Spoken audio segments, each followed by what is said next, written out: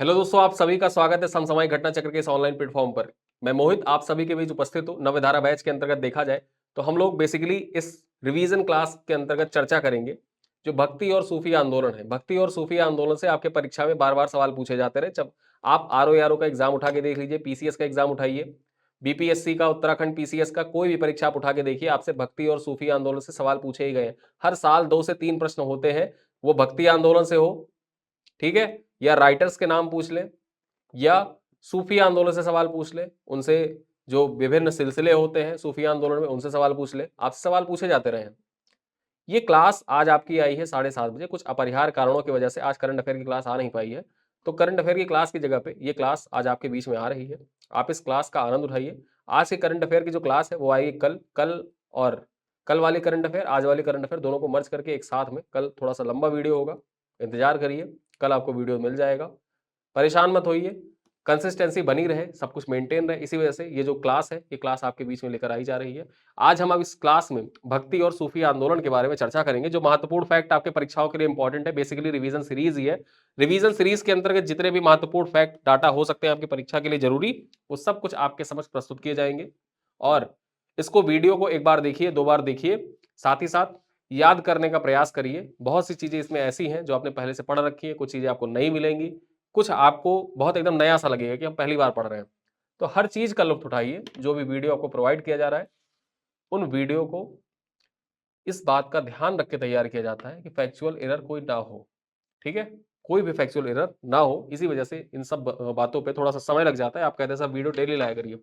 Daily लाने में ये चीज होता है कि कभी हो सकता है 1-2 फैक्ट हमसे गलत हो जाए, तो हम अपने तरफ से पूरी तरीके से मुस्तैद रहना चाहते हैं कि हमसे कोई गलती ना हो अपने तरफ से कंटेंट प्रोवाइड करने में, ठीक है।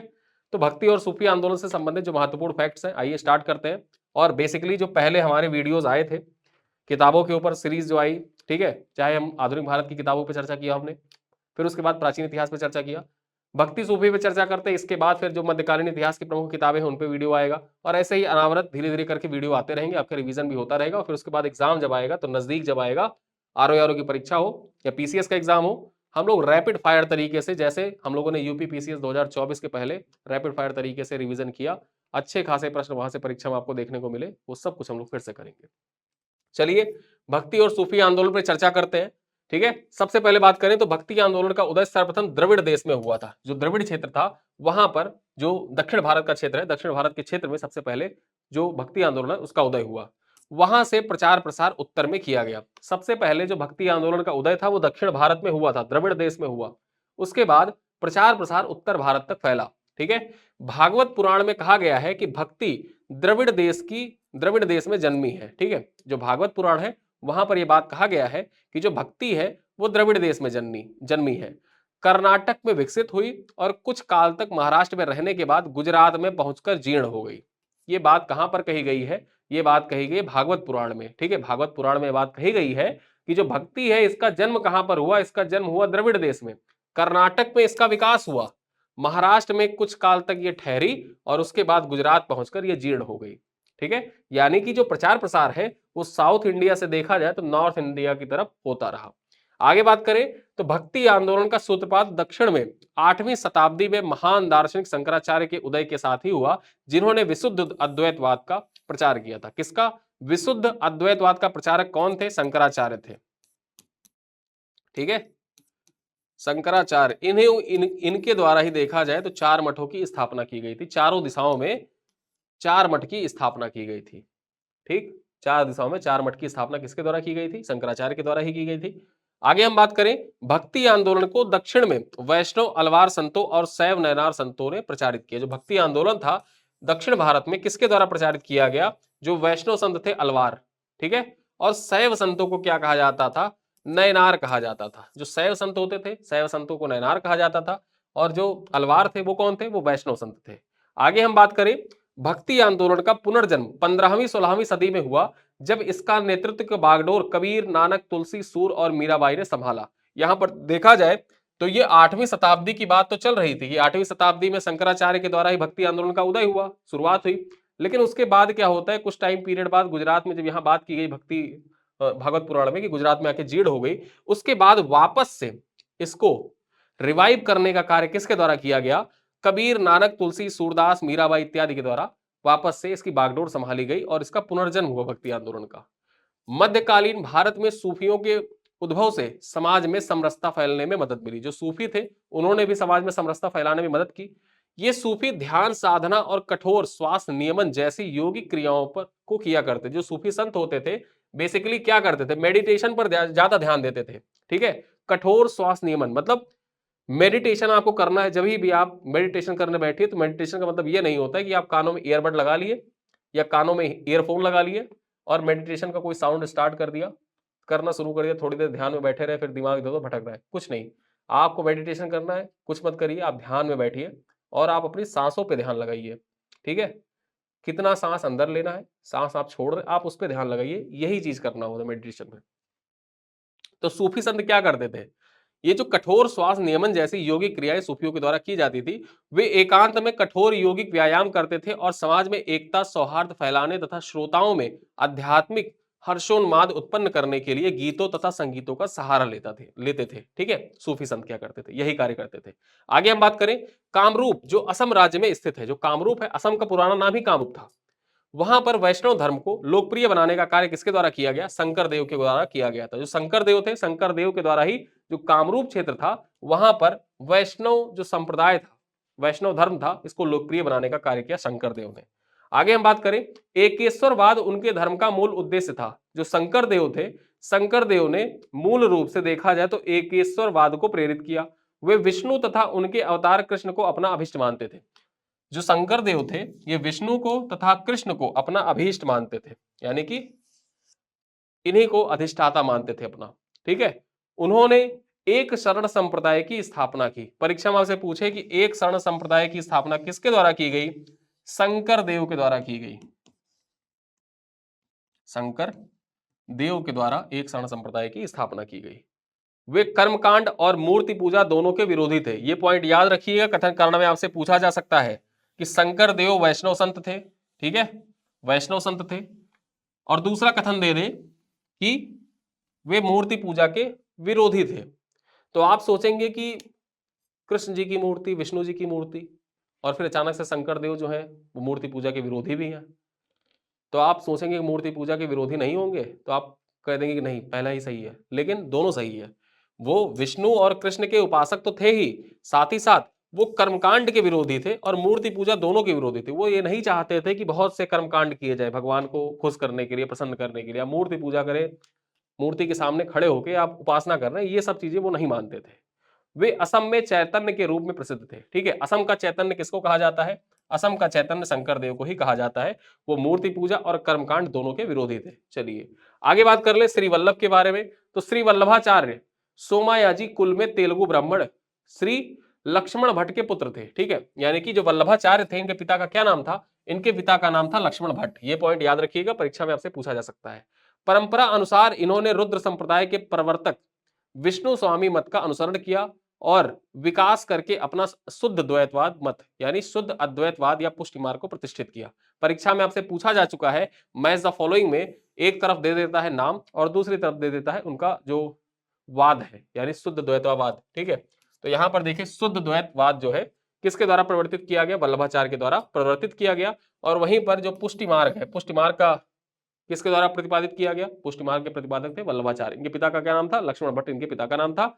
ये अग्नि के अवतार माने जाते हैं। जो वल्लभाचार्य है, वल्लभाचार्य को किसका अवतार माना जाता है, अग्नि का अवतार माना जाता है। ठीक है, अग्नि का अवतार माना जाता है। आगे हम बात करें, वल्लभाचार्य जी द्वारा रचित महत्वपूर्ण ग्रंथ क्या है, ब्रह्म सूत्र के अणुभाष्य, बृहद भाष्य, भागवत की सुबोधनी टीका, भागवत तत्वदीप निबंध, पूर्व मीमांसा भाष्य, गायत्री भाष्य, पत्रावलंबन, दसम स्कंद अनुक्रमणिका, त्रिविधा नामावली इत्यादि ग्रंथ जो है इसके रचयिता कौन है, वल्लभाचार्य है। ठीक है, किताबों का नाम याद रखिएगा, परीक्षा में आपसे पूछ सकता है। और अब पूछने का पैटर्न वन लाइनर नहीं है, आपसे कथन में पूछेगा।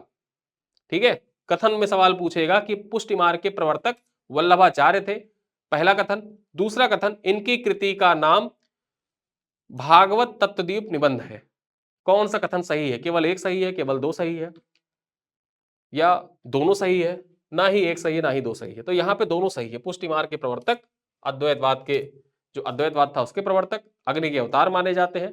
और प्रमुख किताबें ब्रह्म सूत्र का अणुभाष्य, बृहद भाष्य, भागवत की सुबोधनी टीका, भागवत तत्वदीप निबंध, पूर्व मीमांसा भाष्य, गायत्री भाष्य, पत्रावलंबन दशम, स्कंद अनुक्रमणिका और त्रिविधा नामावली, ये सारी किताबें जो है वल्लभाचार्य की ही है। ठीक है, आगे हम बात करें जो द्वैतवाद था, यहां पर हमने तो शुद्ध द्वैतवाद की बात की। शुद्ध द्वैतवाद वल्लभाचार्य से संबंधित। द्वैतवाद के प्रवर्तक कौन है? तो द्वैतवाद के प्रवर्तक है माधवाचार्य। कौन? माधवाचार्य। विशिष्ट द्वैतवाद के प्रवर्तक कौन? तो विशिष्ट द्वैतवाद के प्रवर्तक है रामानुजाचार्य। और द्वैताद्वैतवाद के प्रवर्तक कौन है? निम्बकाचार्य। ठीक है, जो निम्बार्काचार्य है वो द्वैताद्वैतवाद के प्रवर्तक है। विशिष्ट द्वैतवाद के प्रवर्तक रामानुजाचार्य है। द्वैतावाद के प्रवर्तक माधवाचार्य है। और जो वल्लभाचार्य है वो शुद्ध द्वैतावाद के प्रवर्तक है। और जो अद्वैतवाद है उसके प्रवर्तक कौन थे? शंकराचार्य थे। तो यहां से आपके परीक्षा में सवाल आया हुआ है, आपके पीवाईक्यू का सवाल है, आप पीवाईक्यू उठाएंगे तो 10वीं बार सवाल आ चुका है, याद रखिएगा। आगे देखें, उत्तर भारत में रामानंद भक्ति आंदोलन के प्रथम प्रवर्तक थे। जो उत्तर भारत है यहां पर जो भक्ति आंदोलन शुरू हुआ, ये कार्य किसके द्वारा किया गया? उत्तर भारत में प्रचारित करने का रामानंद के द्वारा किया गया, जिनका जन्म 1299 में प्रयाग, इलाहाबाद या प्रयागराज के कान्यकुब्ज ब्राह्मण परिवार में हुआ था। ये सगुण ईश्वर में विश्वास करते थे। सगुण ईश्वर और निर्गुण ईश्वर जो दो शाखाएं होती, भक्तिकालीन जो भक्ति आंदोलन था, भक्ति आंदोलन में ईश्वर की उपासना की दो शाखाएं थी। एक सगुण भक्ति की आप कल्पना करते हैं। सगुण भक्ति में क्या, आप ईश्वर को निराकार नहीं मानते, साकार मानते हैं। साकार मान के कि उनका आकार है ईश्वर का, ईश्वर है, ईश्वर का आकार है उनके। जैसे आप इमेजिन करते हैं विष्णु जी, अब विष्णु जी को जैसे आपको मैं बताऊंगा विष्णु जी, तो विष्णु जी को आप इमेजिन करेंगे तो कैसे समझेंगे? आप यही सोचेंगे ना कि चतुर्भुज है, शंख चक्र गदाधारी है विष्णु जी। ठीक है, कृष्ण जी कहूंगा आपको तुरंत याद आएगा, बांसुरी लिए होंगे, बांसुरी लिए, बांसुरी बजा रहे हैं, गैया चरा रहे हैं। ठीक है, पेड़ों पे बैठे हुए बांसुरी धीरे धीरे बजा रहे हैं। शिव जी का नाम लूंगा, त्रिशूल आपको याद आ जाएगा, जटाजूटधारी त्रिशूल लिए बैठे हुए हैं, ये सारी बातें आपको याद आ जाएंगी। तो ये साकार जो सगुण ब्रह्म है, साकार ब्रह्म है। ठीक है, तो वहां पर देखा जाए तो सगुण ब्रह्म के उपासक थे। और वैसे ही जब निराकार होते हैं या निर्गुण उपासक होते हैं तो वो ईश्वर को किसी रूप, किसी देह का आकार नहीं देते। वो मानते हैं कि हाँ ईश्वर है, लेकिन किस आकार में है? निराकार है ब्रह्म। निराकार ब्रह्म की उपासना करते हैं, जैसे कबीर निराकार ब्रह्म की उपासना करते हैं। ठीक है, चलिए, इन्होंने सर्वप्रथम अपने संदेश का प्रचार हिंदी भाषा में किया। जो भक्ति आंदोलन थे, भक्ति आंदोलन में सर्वप्रथम हिंदी भाषा में अपना जो संदेश था उसका प्रचार प्रसार करने का कार्य किसके द्वारा किया गया? तो रामानंद के द्वारा ही किया गया। रामानंद को रामानुजाचार्य से कंफ्यूज मत करिएगा, आपके परीक्षा के दृष्टिकोण से रामानंद का नाम बहुत महत्वपूर्ण है, भक्ति आंदोलन के दृष्टिकोण से भी बहुत महत्वपूर्ण है, आपके मुख्य परीक्षा में भी आता है ये सारे पॉइंट। कबीर के बारे में चर्चा कर ले तो कबीर का जो जन्म हुआ था वो 1398 में हुआ था, और इनकी मृत्यु जो हुई थी वो कब हुई थी? 1508 में। लगभग 120 साल कबीर जिए थे। रामानंद के 12 शिष्यों में से प्रमुख थे। जो रामानंद थे उनके 12 शिष्यों में प्रमुख थे कबीर भी। ठीक है, यहां पर देखा जाए लोक परंपराओं के अनुसार उनका जन्म किसी विधवा ब्राह्मणी के गर्भ से वाराणसी के समीप हुआ था, और पालन पोषण एक जुलाहा दंपति नीरू और नीम के द्वारा किया गया था। ठीक है, यहां पर देखा जाए तो जो कबीर थे, कबीर को एक जुलाहा दंपति के द्वारा पाला गया था, जिनमें नाम नीरू और नीम था। ठीक है, बीजक देखा जाए तो बीजक संत कबीर के उपदेशों का संकलन है। जो बीजक है, ये बीजक जो कबीर के द्वारा दिए गए जो प्रमुख संदेश थे, उपदेश थे, उनका संकलन है बीजक, जो कबीर पंथी संप्रदाय को मानने वालों का पवित्र ग्रंथ है। मतलब जो कबीर पंथ को मानते हैं, जो निराकार ब्रह्म को मानते हैं, उनके लिए एक पवित्र ग्रंथ है बीजक। आगे हम चर्चा कर ले, सबद, साखी और रमैनी कबीर की रचनाएं हैं। कबीर की 3 रचनाएं थी, साखी, सबद, रमैनी। परंतु धर्मदास के साथ उनके संवादों का संकलन जो है ये अमर मूल शीर्षक के अंतर्गत प्राप्त होता है। ठीक है, धर्मदास जो है, धर्मदास के साथ इनके जो संवाद थे उन संवादों को अमर मूल शीर्षक के अंतर्गत समाहित किया गया है। संत मलूक दास का जन्म लाल सुंदरी दास खत्री के घर 1574 ईस्वी में कड़ा, वर्तमान कौशाम्बी जिले में हुआ था। ठीक है, संत मलूक दास जो है, जो संत मलूका दास के नाम से भी फेमस थे, तो संत मलूक दास जो है इनका जन्म कहां पर हुआ था? कड़ा। कड़ा मानिकपुर कहां पे पड़ता है? कौशाम्बी में पड़ता है, यहीं पर इनका जन्म हुआ था, लाला सुंदर दास खत्री के घर। ठीक है, आगे बात करें, गुरु घासीदास का जन्म 15 दिसंबर 1556 में छत्तीसगढ़ के रायपुर जिले के गिरौदीपुर गांव में हुआ था। और ये वही है गुरु घासीदास टाइगर रिजर्व, जिनके नाम पर रखा गया है। गुरु घासीदास टाइगर रिजर्व कहां पर है? छत्तीसगढ़ में है। और छत्तीसगढ़ में जो गुरु घासीदास टाइगर रिजर्व है, जो गुरु घासीदास थे वो क्या थे? वो भक्ति आंदोलन के टाइम पे एक प्रमुख संत थे गुरु घासीदास, उन्हीं के नाम पे टाइगर रिजर्व का नाम रखा गया है। आगे बात करें, जो गुरु घासीदास थे उनके पिता का क्या नाम था? उनके पिता का नाम था महंगू दास और माता का नाम अमरोतीन बाई। क्या? अमरोतीन बाई उनकी माता का नाम था। आगे बात करें, भगवान शिव की प्रतिष्ठा में भारत में विभिन्न भागों में 12 ज्योतिर्लिंगों की स्थापना की गई है। ठीक, ये पॉइंट नेक्स्ट पॉइंट है। यहां पर देखा जाए, अगला टॉपिक है कि भगवान शिव के प्रतिष्ठा में भारत में विभिन्न भागों में 12 ज्योतिर्लिंग की स्थापना की गई है। और 12 ज्योतिर्लिंग कौन कौन से हैं? इनमें केदारनाथ है, विश्वनाथ है, ठीक है। उसके बाद बात करें, वैद्यनाथ, महाकालेश्वर उज्जैन, ओमकारेश्वर मध्य प्रदेश में, नागेश्वर, सोमनाथ और त्र्यंबकेश्वर महाराष्ट्र में पड़ता है। यहाँ पर जो गृडेश्वर है, भीमाशंकर, मल्लिकार्जुन स्वामी और रामेश्वरम, ठीक है। तो यहाँ पर देखा जाए 12 ज्योतिर्लिंग है, अलग अलग क्षेत्रों में, अलग अलग प्रदेशों में स्थित है। 12 ज्योतिर्लिंगों में देखा जाए तो शिव जी के ये 12 ज्योतिर्लिंग है। आगे हम बात करें, गुरु नानक के बारे में चर्चा कर लेते हैं। गुरु नानक का जन्म जो हुआ था ये 1400, ठीक है, 69 ईस्वी में तलवंडी नामक स्थान पर हुआ था। अब यह ननकाना साहब कहलाता है। जो तलवंडी स्थान था उसको क्या कहा जाता है? ननकाना साहब कहा जाता है। और वर्तमान में देखा जाए तो पाकिस्तान के ननकाना साहब जिले में स्थित है। जो तलवंडी है वर्तमान में कहां पड़ता है? पाकिस्तान में पड़ता है। गुरु नानक की मृत्यु जो हुई थी ये 1539 में हुई थी। डेरा बाबा करतारपुर पाकिस्तान में पड़ता है, यहीं पर इनकी मृत्यु हुई थी। और आगे हम चर्चा कर ले तो गुरु नानक 1469 से लेकर 1539 ईस्वी इस सिख धर्म की स्थापना सिकंदर लोदी के समय में की थी। परीक्षा में पूछा जा चुका है कि गुरु नानक के द्वारा जो सिख धर्म की स्थापना की गई वो निम्नलिखित में से किस शासक के कार्यकाल के दौरान की गई? तो सिकंदर लोदी के कार्यकाल के दौरान की गई थी। आगे हम बात करें, नानक एकेश्वरवाद में विश्वास करते थे और निर्गुण ब्रह्म की उपासना पर बल देते थे। मतलब एकेश्वरवाद, अगर आपको उपासना करनी है तो आप एक ईश्वर की उपासना करिए और साथ ही साथ जो ईश्वर है वो निर्गुण ब्रह्म है, ठीक है, कोई आकार नहीं है, निराकार ब्रह्म है, निराकार ब्रह्म की उपासना करिए। आगे बात करें, गुरु नानक का कहना था ईश्वर व्यक्ति के गुणों को जानता है, वह उसकी जाति के बारे में नहीं पूछता, क्योंकि दूसरे लोक में कोई जाति नहीं है। ये बात किसकी है? इस उक्ति के बारे में पूछा जा चुका है कि ईश्वर जो है ये व्यक्ति के गुणों को जानता है, ठीक है, व्यक्ति के गुणों को जानता है, उसकी जाति के बारे में ईश्वर नहीं पूछता, क्योंकि दूसरे लोक में कोई जाति नहीं होती। ये परीक्षा में आपसे डायरेक्टली पूछा जा चुका है, ये निम्नलिखित में से यह कथन किसका है? तो ये गुरु नानक का कथन है। आगे बात करें, गुरु नानक ने गुरु की लंगर नाम से मुक्त सामुदायिक रसोई की शुरुआत की थी। जो गुरु की लंगर नाम से मुक्त सामुदायिक रसोई थी, इसकी शुरुआत किसके द्वारा की गई थी? गुरु नानक देव के द्वारा ही शुरू की गई थी। बाद में लंगर व्यवस्था अन्य जो गुरु हुए उन गुरुओं के द्वारा शुरू की गई। फिर जो पंच का कहरा है, फिर उसके बाद में आदि ग्रंथ साहब है, इन सब चीजों के बारे में हम लोग आगे चर्चा करेंगे। चलिए, उनके अनुयायी किसी भी जाति पर ध्यान दिए बिना एक साथ भोजन करते थे, ठीक है। जो इनके अनुयायी थे, यहां पर देखा जाए जो सामुदायिक रसोई था, मुक्त सामुदायिक लंगर नाम से मुक्त सामुदायिक रसोई था, यहाँ पे क्या होता था कि यहाँ पे उनके अनुयायी जो होते थे, गुरु नानक के अनुयायी होते थे, वो बिना किसी की जाति पर ध्यान दिए हुए, ठीक है, कौन ब्राह्मण, कौन क्षत्रिय, कौन वैश्य, कौन शूद्र, किसी भी जाति पर ध्यान नहीं दिया जाता था। यहाँ एक साथ सब बैठ के एक साथ खाना खाते थे, एक तरीके का खाना खाते थे। अब मीराबाई के बारे में चर्चा कर ले तो मीराबाई मेड़ात के रतन सिंह राठौर की इकलौती पुत्री थी। इनका जन्म 1498 ईस्वी में मेड़ात के कुदकी नामक ग्राम में हुआ था।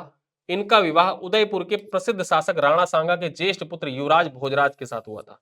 जो मीराबाई थी, मीराबाई का जो विवाह हुआ था वो राणा सांगा के ज्येष्ठ पुत्र युवराज भोजराज के साथ इनका हुआ था। महाराष्ट्र में भक्ति आंदोलन के लोकप्रिय बनाने का कार्य किसके द्वारा किया गया था? यहाँ पर हम नामदेव के बारे में चर्चा कर ले तो नामदेव के बारे में यहाँ पर यह चर्चा कर ले कि महाराष्ट्र में जो भक्ति आंदोलन था इसको लोकप्रिय बनाने का कार्य नामदेव के द्वारा किया गया था। और इनका जन्म 1270 ईस्वी में पंढरपुर में हुआ था, ठीक है। इनके गुरु बिसोबा खेचर थे, ठीक है। जो नामदेव थे, नामदेव के गुरु का क्या नाम था? बिसोबा खेचर। चलिए आगे बात करें, नामदेव वरकरी संप्रदाय से संबंधित थे। विसोबा खेचर अथवा खेचर नाथ नामक एक नाथपंथी कनफटे ने इन्हें रहस्यवादी जीवन की दीक्षा दी और ईश्वर के सर्वव्यापी रूप से परिचय कराया, ठीक है। तो इसी वजह से इनका जो गुरु है, गुरु किसको कहा जाता है? नामदेव के गुरु का नाम था विसोबा खेचर। विसोबा खेचर जो थे नामदेव के गुरु थे, ठीक, ये नाथपंथी कनपटे थे। ठीक है, कनपटे किनको कहा जाता, नाथपंथी संप्रदाय के, जैसे योगी आदित्यनाथ। ठीक है, आप उनके कान में देखेंगे तो कुंडल पहने रहते हैं, कानों में कुंडल धारण किए रहते हैं। तो जो नाथपंथी संप्रदाय के होते हैं वो अपने कानों में कुंडल धारण किए होते हैं। तो नामदेव के जो गुरु थे वो भी नाथपंथी कनपटे थे। ठीक है, आगे बात करें, नामदेव ने कहा है एक पत्थर की पूजा होती है तो दूसरे को पैर से पैरों के तले रौंदा जाता है, यदि एक भगवान है तो दूसरा भी भगवान है। ठीक है, और ये वक्तव्य पूछा जा चुका है परीक्षा में कि ये बात किसने कही थी कि एक पत्थर की पूजा होती है तो दूसरे पत्थर को पैरों तले रौंदा जाता है, यदि एक भगवान है तो दूसरा पत्थर भी भगवान है। ये बात किसने कही है, नामदेव ने कही है।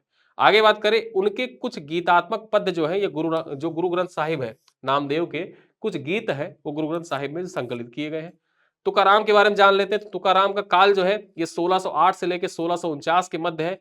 आगे बात करें, ऐसी मान्यता है कि 1608 ईस्वी में जन्मे तुकाराम 1649 ईस्वी में अदृश्य हो गए। वह बरकरी संप्रदाय से संबंधित थे। ठीक है, किस संप्रदाय से, बरकरी संप्रदाय से संबंधित थे तुकाराम, और जो नामदेव थे ये वारकरी संप्रदाय से संबंधित थे। ये दोनों पॉइंट याद रखिएगा, बरकरी संप्रदाय और वारकरी संप्रदाय अलग अलग है। दादू दयाल के समय की बात कर ले तो इनका टाइम पीरियड, दादू दयाल जो है, दादू दयाल का टाइम पीरियड 1544 से लेकर 1503 ईस्वी तक के बीच में है। त्यागराज के बारे में चर्चा कर ले तो त्यागराज का समय जो है ये 1767 से लेकर 1747 तक का है। यह भक्ति मार्गी कवि और कर्नाटक संगीत के महान संगीतज्ञ थे त्यागराज। भक्ति आंदोलन के प्रसिद्ध संत महाप्रभु चैतन्य के बारे में बात कर लेते। चैतन्य महाप्रभु जिनको आप कहते हैं, 1486 से लेकर 1534 के बीच में इनका टाइम पीरियड था, और इनका जन्म कहां पर हुआ था, पश्चिम बंगाल के नादिया जिले में हुआ था। ठीक है, जो नादिया डिस्ट्रिक्ट है, नादिया डिस्ट्रिक्ट में इनका संभ्रांत ब्राह्मण परिवार में जन्म हुआ था। इनके पिता का नाम क्या था, जगन्नाथ मिश्र था, तथा माता का नाम क्या था, सची देवी था। ठीक है, चैतन्य महाप्रभु के पिता का नाम जगन्नाथ मिश्र, माता का नाम सची देवी। चैतन्य के बचपन का नाम क्या था, इनके बचपन का नाम था निमाई। ठीक है, जो चैतन्य महाप्रभु है इनके बचपन का नाम निमाई था। चैतन्य ने कृष्ण को अपना आराध्य बनाया और उन्हीं की भक्ति का प्रचार किया। कृष्ण भक्ति के प्रचारक थे चैतन्य महाप्रभु। आगे हम बात कर ले, सुप्रसिद्ध भक्ति संत कवि गोस्वामी तुलसीदास अकबर तथा जहांगीर के समकालीन थे। परीक्षा के दृष्टिकोण से बहुत महत्वपूर्ण नाम है गोस्वामी तुलसीदास जी का, देख लेते हैं। भक्ति आंदोलन के अंतर्गत जो गोस्वामी तुलसीदास जी, इनका टाइम पीरियड अकबर के टाइम पीरियड से स्टार्ट होता है, जहांगीर के टाइम पीरियड तक ये रहते हैं। तुलसीदास ने अनेक ग्रंथ लिखे जिनमें से रामचरितमानस विनय पत्रिका सर्वोत्तम है। ठीक है, विनय पत्रिका और रामचरितमानस किसके द्वारा लिखी गई है, तुलसीदास के द्वारा लिखी गई है। रामचरितमानस की रचना गोस्वामी तुलसीदास 1532 से 1623 ने अवधी भाषा में की थी। यानी कि जो तुलसीदास है इनका टाइम पीरियड कब से कब तक है, 1532 से लेकर 1623 के बीच में इनका टाइम ड्यूरेशन है। ठीक है, इनकी जीवन काल है, जीवन अवधि है, और इन्होंने अवधी भाषा में रामचरितमानस की रचना की थी। सूफी मत के बारे में आइए हम चर्चा कर लेते हैं। तो सूफी मत का जन्म भले ही विदेशी धरती पर हुआ, किंतु इसका पोषक तत्व जो थे वो भारतीय वेदांतवाद ही है। भारत का जो वेदांतवाद है उसी के द्वारा ही जो सूफी मत है उसको पोषित किया गया। सूफी प्रेम काव्य कोमल हृदय की सुंदर एवं सरस अभिव्यक्ति है। जो सूफी प्रेम है, सूफी है, ठीक है, सूफी बेसिकली सफा से निकला है, सफा से बना है शब्द सूफी। और सूफी क्या होता है, यहां पर प्रेम काव्य कोमल हृदय की सुंदर रस अभिव्यक्ति है सूफी। कुछ विद्वानों के अनुसार सूफी मत पर 4 दार्शनिक प्रभाव हैं। 4 दार्शनिक प्रभाव यहां पर है। कौन कौन से 4 दार्शनिक प्रभाव, आर्यों का अद्वैतवाद एवं विशिष्ट द्वैतवाद का प्रभाव देखा जाता है सूफी मत पर। 9 अफलातूनी मत का प्रभाव देखा जाता है। विचार स्वतंत्र प्रभाव देखा जाता है सूफी मत पर। और इस्लाम की गुहा विद्या, ठीक है, इस्लाम की जो गुहा विद्या है यानी कि गूढ़ विद्या जो है उसका प्रभाव देखा जाता है सूफी मत पर। अब यहां पर एक एक करके चर्चा करते हैं। तो चिश्तिया सूफी मत की स्थापना अफगानिस्तान के चिश्त में अबू इसहाक शमी चिश्ती और उनके शिष्य ख्वाजा अबू अहमद अब्दाल के द्वारा की गई थी। जो चिश्तिया सूफी मत है, चिश्तिया संप्रदाय, इसकी स्थापना कहां पर हुई, अफगानिस्तान के चिश्त में हुई थी। किसके द्वारा, अबू इसहाक शमी चिश्ती और उनके शिष्य थे ख्वाजा अबू अहमद अब्दाल, इनके द्वारा की गई थी। किंतु भारत में सर्वप्रथम इसका प्रचार किसने किया, ख्वाजा मोइनुद्दीन चिश्ती, जिनका दरगाह प्रसिद्ध है, जिनके दरगाह के बारे में आपने सुना है। तो ख्वाजा मोइनुद्दीन चिश्ती के द्वारा ही भारत में जो चिश्तिया शाखा था, चिश्तिया सूफी संप्रदाय था, उसका प्रचार प्रसार किया गया। वे 12वीं सदी में मोहम्मद गौरी की सेना के साथ भारत आए थे। ठीक है। 12वीं सदी में मोहम्मद गौरी जब भारत आया तो उसी के टाइम पीरियड में जो मोइनुद्दीन चिश्ती थे वो भारत आए थे। उन्होंने अजमेर राजस्थान में अपना निवास, अपना खानकाह जो था उन्होंने कहां पर बनाया? अजमेर राजस्थान में उन्होंने अपना खानकाह बनाया था। ठीक है। और उनकी मृत्यु कब हुई थी? तो 1236 ईस्वी में मोइनुद्दीन चिश्ती की मृत्यु हो गई थी। कुतुबुद्दीन बख्तियार काकी, जो कुतुब मीनार बना, कुतुबुद्दीन बख्तियार काकी के नाम पर ही जो कुतुब मीनार है उसको बनाया गया है। ठीक है। तो कुतुबुद्दीन बख्तियार काकी जो थे वो किसके शिष्य थे? उनके प्रमुख शिष्य थे। मोइनुद्दीन चिश्ती के प्रमुख शिष्य का नाम था क्या? कुतुबुद्दीन बख्तियार काकी। ठीक है। आगे बात करें, निशापुर के हिरौन में ख्वाजा मोइनुद्दीन चिश्ती, ख्वाजा उस्मान चिश्ती हरौनी के शिष्य बने। ठीक है। जो निशापुर है, यहीं के हरौन में जो ख्वाजा मोइनुद्दीन चिश्ती हैं, ख्वाजा उस्मान चिश्ती हरौनी के शिष्य बने थे। आगे बात कर लें, शेख फरीदुद्दीन गंज शकर चिश्ती सिलसिले के सूफी संत थे, जो बाबा फरीद के नाम से ही प्रसिद्ध थे, और इन्हीं के प्रयत्नों के फलस्वरूप चिश्तिया सिलसिले की भारत में लोकप्रियता मिली। ठीक है। यानी कि भारत में जो चिश्तिया सिलसिला था इसको लोकप्रिय बनाने के पीछे मुख्य व्यक्ति कौन थे? तो फरीदुद्दीन गंज शकर, जिनको बाबा फरीद के नाम से भी जाना जाता था। इनका सबसे महत्वपूर्ण योगदान वे रचनाएं हैं जो गुरु ग्रंथ साहिब में संकलित है, और ये बलबन के दामाद थे। जो बाबा फरीद थे, बाबा फरीद का बेसिकली देखा जाए तो बाबा फरीद की वाइफ जो थी वो बलबन की पुत्री थी। ठीक है। और बाबा फरीद की जो कृतियां हैं, ठीक, इनकी जो रचनाएं हैं वो गुरु ग्रंथ साहिब में उल्लेखित हैं, गुरु ग्रंथ साहिब में लिखी हुई हैं। ठीक है। चलिए आगे चर्चा करें। शेख निजामुद्दीन औलिया के आध्यात्मिक गुरु हजरत बाबा फरीदुद्दीन मोहम्मद गंज शकर, जिन्हें बाबा फरीद के नाम से भी जाना जाता है। ठीक है। तो शेख निजामुद्दीन औलिया के गुरु का क्या नाम था? बाबा फरीद, फरीदुद्दीन गंज शकर जो है, फरीदुद्दीन मसूद गंज शकर, ये किसके गुरु थे? ये निजामुद्दीन औलिया के गुरु भी थे। इनके अन्य प्रमुख शिष्य कौन थे? अलाउद्दीन साबिर कलियारी और नसीरुद्दीन चिराग दहलवी, जिनको नसीरुद्दीन जो थे इनको चिराग दहलवी की उपाधि प्रदान की गई थी। चिराग दहलवी जो है, चिराग दहलवी, ये इनकी उपाधि है। नाम क्या है? नसीरुद्दीन नाम है। ठीक है। शेख निजामुद्दीन औलिया की दरगाह दिल्ली में स्थित है। शेख निजामुद्दीन औलिया का दरगाह कहां पर अवस्थित है? दिल्ली में अवस्थित है।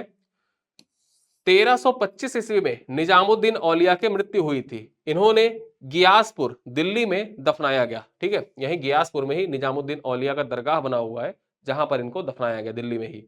शेख निजामुद्दीन औलिया ने 7 सुल्तानों का राज्य देखा था, जो कि एक के बाद एक सत्तासीन होते रहे, किंतु कभी भी किसी के दरबार में नहीं गए। जो शेख निजामुद्दीन औलिया है उनके बारे में कहा जाता है कि उन्होंने 7 सुल्तानों का कार्यकाल देखा था, लेकिन अपने जीवन काल में वो किसी भी सुल्तान के राज दरबार में कभी नहीं गए। ठीक है। वो कहते थे कि कोई अगर सुल्तान मुझसे मिलने आता है तो मेरे घर का जो आगे का दरवाजा है वो आगे के दरवाजे से आएगा तो पीछे से बाहर निकल जाऊंगा। क्या कह रहे हैं? जब अलाउद्दीन ने उनसे मिलने की आज्ञा मांगी तो शेख ने उत्तर दिया कि मेरे मकान में वे दरवाजे हैं। ठीक है। मेरे मकान में 2 दरवाजे हैं, यदि सुल्तान एक के द्वारा आएगा तो मैं दूसरे के द्वारा बाहर चला जाऊंगा। ये बात किसने कही थी? ये बात कही थी निजामुद्दीन औलिया ने। आगे बात कर ले। इस प्रकार उन्होंने अलाउद्दीन से मिलने से इनकार कर दिया। वे महबूब ए इलाही तथा सुल्तान ए इलाही, संतों के राजा के नाम से भी प्रसिद्ध थे। महबूब ए इलाही तथा सुल्तान ए इलाही किसको कहा जाता था? निजामुद्दीन औलिया को ही कहा जाता था। चलिए, चिश्ती शाखा के अंतिम सूफियों में शेख सलीम चिश्ती का नाम विशेष उल्लेखनीय है। उनके पिता का नाम शेख बहाउद्दीन था। वे बहुत दिनों तक अरब में रहे और वहां उन्होंने शेख उल हिंद की उपाधि से विभूषित किया गया। अरब में ही शेख उल हिंद की उपाधि शेख सलीम चिश्ती को प्रदान की गई थी। तत्पश्चात वे भारत लौट आए और आगरा से 36 किलोमीटर दूर स्थित सीकरी नामक स्थान पर रहने लगे, जिसे अकबर ने अपने प्रसिद्ध नगर फतेहपुर सीकरी के रूप प्रदान किया। कहा जाता है कि जहांगीर के जन्म शेख सलीम चिश्ती के आशीर्वाद से ही हुआ था। ठीक है। जो जहांगीर था, जहांगीर का जन्म शेख सलीम चिश्ती के आशीर्वाद से ही हुआ था। इसीलिए जहांगीर के जो बचपन का नाम है सलीम, सलीम का नाम जो प्रेरित है वो सलीम चिश्ती के नाम से ही रखा गया था। सलीम और अनारकली की प्रेम कहानियां। ठीक है। मुगले आजम मूवी आपने देखी होगी, सलीम आपने देखा, सलीम नाम सुना, तो वो जो सलीम नाम है जहांगीर का ही नाम है। ठीक है। और जो यहाँ पर देखा जाए सलीम चिश्ती के दरगाह पर मत्था टेकने गए और उन्हीं के आशीर्वाद से देखा जाए तो जहांगीर का जन्म हुआ था। आगे बात करें, चिश्ती सिलसिले का प्रभाव क्षेत्र दिल्ली और आसपास के क्षेत्रों में था, जबकि सोहरावर्दी सिलसिले का प्रमाय क्षेत्र यानी प्रभाव क्षेत्र जो था, सोहरावर्दी क्षेत्र जो सिलसिला था इसका प्रभाव क्षेत्र सिंध के क्षेत्र में था। ये क्षेत्र जरूर जाने रहिएगा कि चिश्ती सिलसिले का क्षेत्र दिल्ली के आसपास, सुहरावर्दी सिलसिले का क्षेत्र सिंध के आसपास था। फिरदौसी सिलसिला चिश्ती सिलसिले से ही, जो फिरदौसी सिलसिला था वो चिश्ती सिलसिले से ही कट के अलग हुआ था, मतलब उसी का था। और इसका जो प्रभाव क्षेत्र था, इसका प्रभाव क्षेत्र, ठीक, फिरदौसी का, यहां पर देखा जाए तो फिरदौसी सिलसिले का प्रभाव क्षेत्र जो था वो बिहार में था।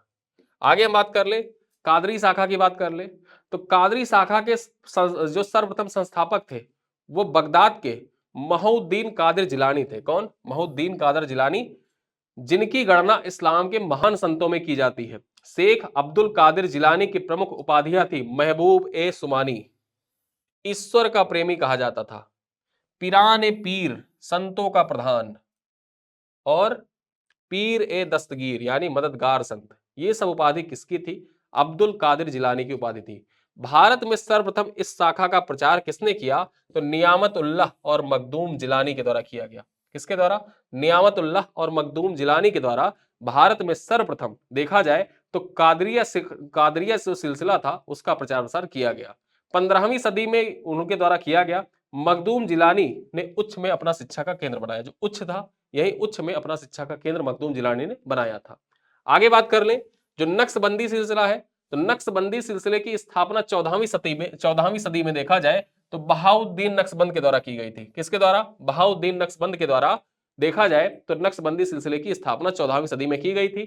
ख्वाजा ख्वाइंद महदूम इस शाखा के एक प्रमुख संत थे जो भारत आए और कश्मीर में अपना केंद्र बनाया। ठीक है, यानी कि जो नक्शबंदिया सिलसिला था बेसिकली इसका मूल केंद्र कहां पर था? कश्मीर में था। किंतु भारत में इस शाखा का मुख्यतः प्रचार 17वीं शताब्दी के लगभग ख्वाजा बकी बिल्लाह द्वारा हुआ, जो अपने गुरु की आज्ञा से काबुल से आए थे। शेख अहमद सरहिंदी इनके प्रमुख शिष्य थे। ठीक है, जो ख्वाजा बकी बिल्लाह थे, इनके प्रमुख संत का जो शिष्य थे उनका नाम क्या था? शेख अहमद सरहिंदी। ठीक है, जो मुजादिद अर्थात इस्लाम धर्म के सुधारक के नाम से भी प्रख्यात थे। जो शेख अहमद सरहिंदी थे इनको मुजादिद कहा जाता था। मुजादिद यानी कि इस्लाम धर्म के सुधारक के रूप में विख्यात थे। उन्होंने वजाहत उल शुहूद यानी प्रत्यक्षवादी दर्शन को प्रतिपादन किया था। परीक्षा में आपसे पूछ सकता है कि वजाहत उल शुहूद का प्रतिपादन किसके द्वारा किया गया? तो वजाहत उल शुहूद का प्रतिपादन किसके द्वारा? शेख अहमद सरहिंदी के द्वारा किया गया था, जिनके गुरु का क्या नाम था? ख्वाजा बाकी बिल्लाह नाम था। ठीक है, ख्वाजा बाकी बिल्लाह नाम था, जो नक्शबंदिया सिलसिले से संबंधित थे। और 14वीं शताब्दी में बहाउद्दीन नक्शबंद के द्वारा नक्शबंदिया सिलसिले की स्थापना की गई थी। ठीक है, चलिए आगे देखें। यह सिलसिला समा का विरुद्ध था। समा यानी कि संगीत जो होता है, संगीत का विरोधी। नक्शबंदिया सिलसिला जो था, नक्शबंदिया सिलसिला संगीत का विरोध करता था। सूफियों में यह सबसे अधिक कट्टरवादी सिलसिला था। जो सूफी संत होते थे, सूफी संतों में सबसे ज्यादा कट्टरवादी और सबसे ज्यादा इस्लाम को मानने वाला, इस्लाम के अक्षरशः पालन करने वाला और संगीत समा का विरोध करने वाला जो सिलसिला था वो कौन सा सिलसिला था? वो सिलसिला था, यहां पर देखा जाए तो नक्शबंदी सिलसिला। इन्होंने अकबर की उदार नीतियों का विरोध किया। औरंगजेब इसी सूफी सिलसिले का अनुयायी था। यानी कि औरंगजेब जो था ये बेसिकली जो नक्शबंदी सिलसिला था इसी का अनुयायी था।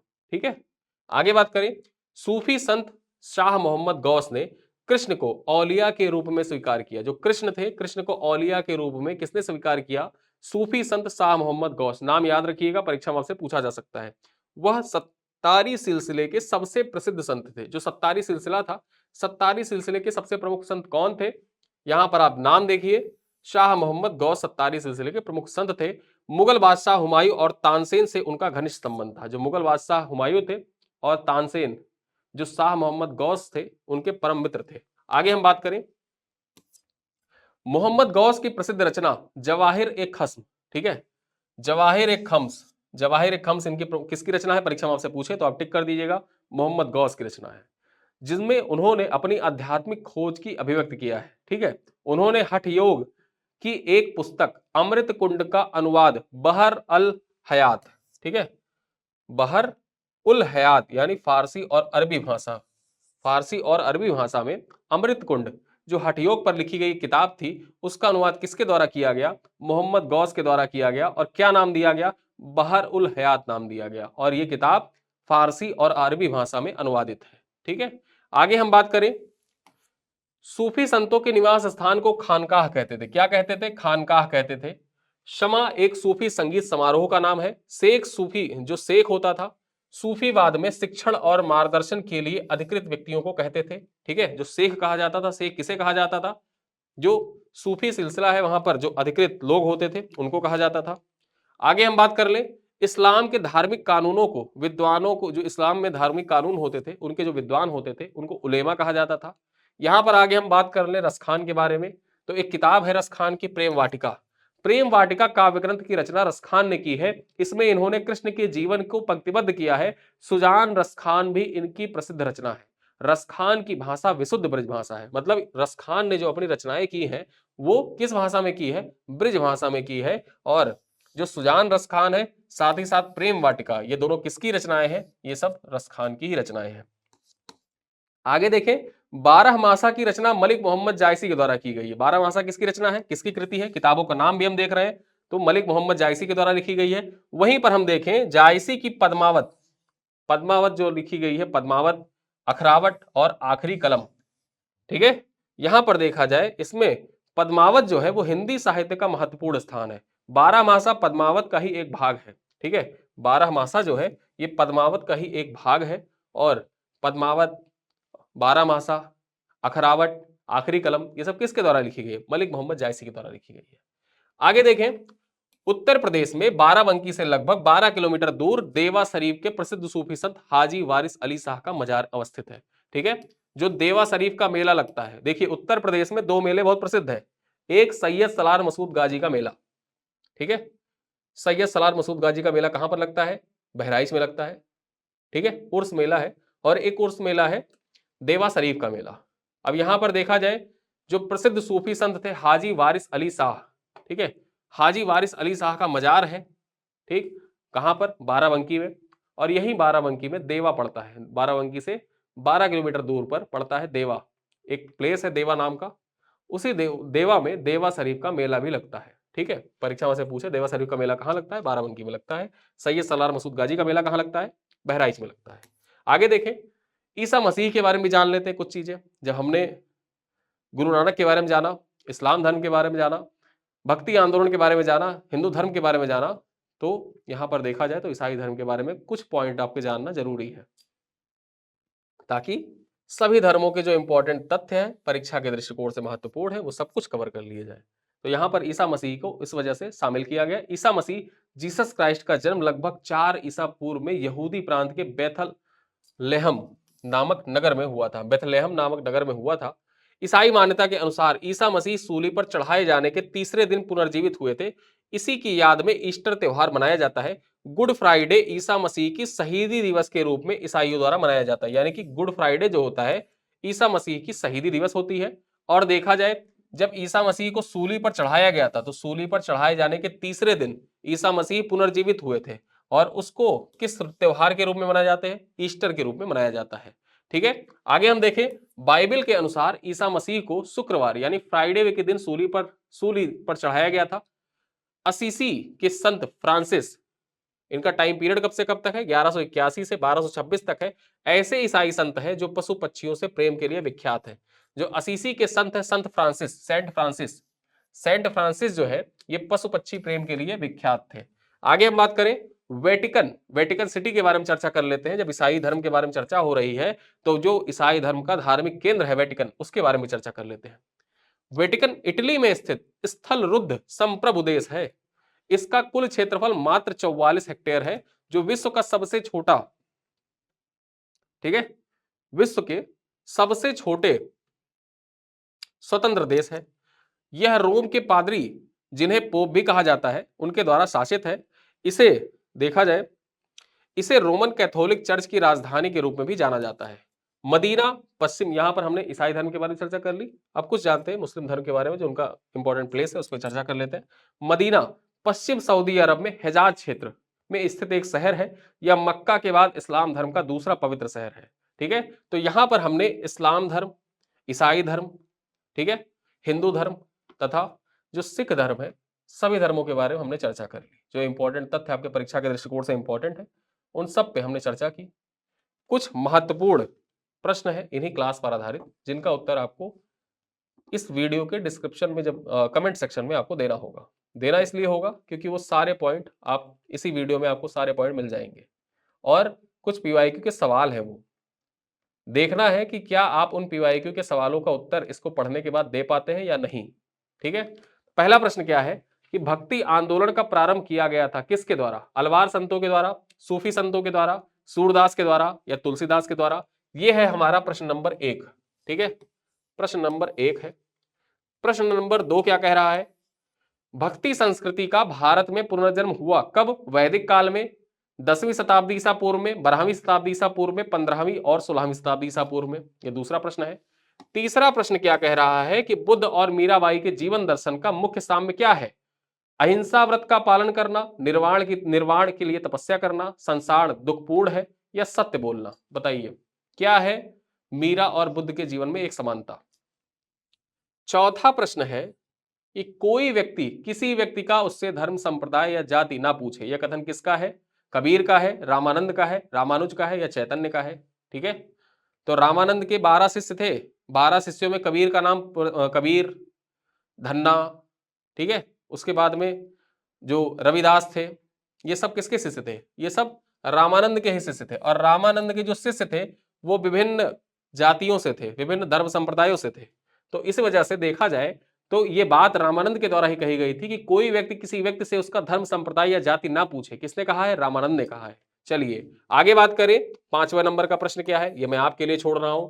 सभी भक्ति संतों के मध्य एक समान विशेषता थी कि उन्होंने अपनी वाणी को उसी भाषा में लिखे जिसे उनके भक्त समझते थे। पुरोहित वर्ग की सत्ता को उन्होंने नकारा, स्त्रियों को मंदिर जाने के लिए प्रोत्साहित किया, मूर्ति पूजा को प्रोत्साहित किया। बताइए कौन सा यहाँ पे उत्तर सही है, सटीक उत्तर है? क्वेश्चन नंबर 6 क्या कह रहा है? कामरूप पे वैष्णव धर्म को लोकप्रिय किसने बनाया? चैतन्य ने बनाया, निम्बार्क ने बनाया, रामानंद ने बनाया या शंकरदेव ने बनाया? और अंतिम प्रश्न क्या है, 7वां प्रश्न क्या है कि सुप्रसिद्ध मध्यकालीन संत शंकरदेव संबंधित है किससे? शैव संप्रदाय से, वैष्णव संप्रदाय से, अद्वैत संप्रदाय से या द्वैताद्वैत संप्रदाय से? तो यहां पर मैंने आपसे पूछा 7 सवाल। मैं उम्मीद करता हूं कि आपको वीडियो पसंद आया होगा। अगर आप इस वीडियो को ठीक ठाक प्रेम देते हैं, प्यार देते हैं, लाइक करते हैं, अपने दोस्तों के साथ साझा करते हैं, अपने दोस्तों के साथ बताते हैं अपने दोस्तों को कि ये वीडियो क्लासेस, ऐसी रिवीजन क्लासेस आने की संभावना और ज्यादा है, तो वीडियो क्लासेस आगे लगातार ऐसी आती रहेगी। वरना वीक में 1-2 वीडियो क्लासेस अभी आएंगी, फिर एग्जाम जब स्टार्ट होगा, एग्जाम के पहले हम लोग लगातार स्टार्ट करेंगे। अगर आप चाहते हैं कि अनावरत रूप से ऐसे वीडियोस आते रहे तो इन वीडियोस को भरपूर प्यार दीजिएगा। अगर आप भरपूर प्यार देंगे तभी संस्था इन चीजों पर विचार करती है। आपके व्यूज, कमेंट संस्था सब कुछ देखती है, आपके लाइक्स देखती है, आपके व्यूज देखती है। वीडियो पर व्यू आता है तो लोगों को पता चलता है, संस्था को पता चलेगा कि हाँ इस चीज की डिमांड ज्यादा है। जिस चीज की डिमांड होती है उसी चीज की सप्लाई की जाती है। तो इस वजह से भरपूर प्रेम दीजिएगा। मुझे उम्मीद है आप प्रेम देंगे, मैं आपसे कह रहा हूं तो आप जरूर प्रेम देंगे। वीडियो को अपने दोस्तों के साथ साझा करिएगा। और करंट अफेयर की जो क्लास आज नहीं आई है वो कल आपको मिल जाएगी। करंट अफेयर की क्लास आज की और कल के, ठीक है, कुछ अपरिहार्य कारणों से आज की क्लास नहीं आ पाई थी, कल आ जाएगी। परेशान मत होइए, रिवीजन करिए, तैयारी करिए, अच्छे से एंजॉय करिए, मजे करिए, पढ़ते रहिए, स्वस्थ रहिए, मस्त रहिए। मिलते हैं अगले वीडियो, तब तक के लिए धन्यवाद।